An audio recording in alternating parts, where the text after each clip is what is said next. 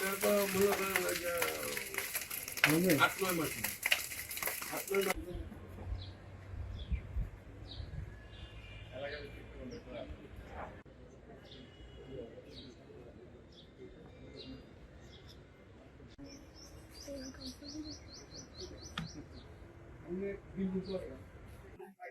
ভবনের যারা বাসিন্দা আছেন এবং পাশের প্রতি ভবনের যারা বাসিন্দা আছেন, আপনাদের ভবন দুইটি পাশাপাশি হওয়ার কারণে একটা উপরে আরেকটা হেলে পড়েছে, সুতরাং এটা ঝুঁকিপূর্ণ হয়ে গেছে বসবাসের জন্য।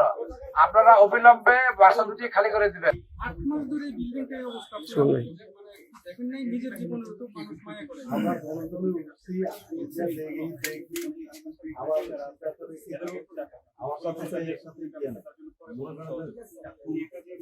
ভবনটা হেলে পড়ছে আর একটা ভবনের সাথে, দুইটা ভবনই এখন ঝুঁকিপূর্ণ অবস্থা। এখানে প্রচুর মানুষ আছে, অনেকগুলো পরিবার বসবাস করে। আমরা গতকালকে একটা নোটিশ দিয়েছিলাম, লাল নোটিশ, এবং তাদেরকে সতর্ক করে গিয়েছিলাম দ্রুত ভবনটি খালি করার জন্য। কখন কি ক্ষতি সম্মুখীন হই আমরা বলতে পারি না, যেহেতু এটা প্রাকৃতিক বিষয়ের কারণে ভূমিকম্প হইলেও এটা ভবনটা যে কোনো সময় ধসে পড়বে।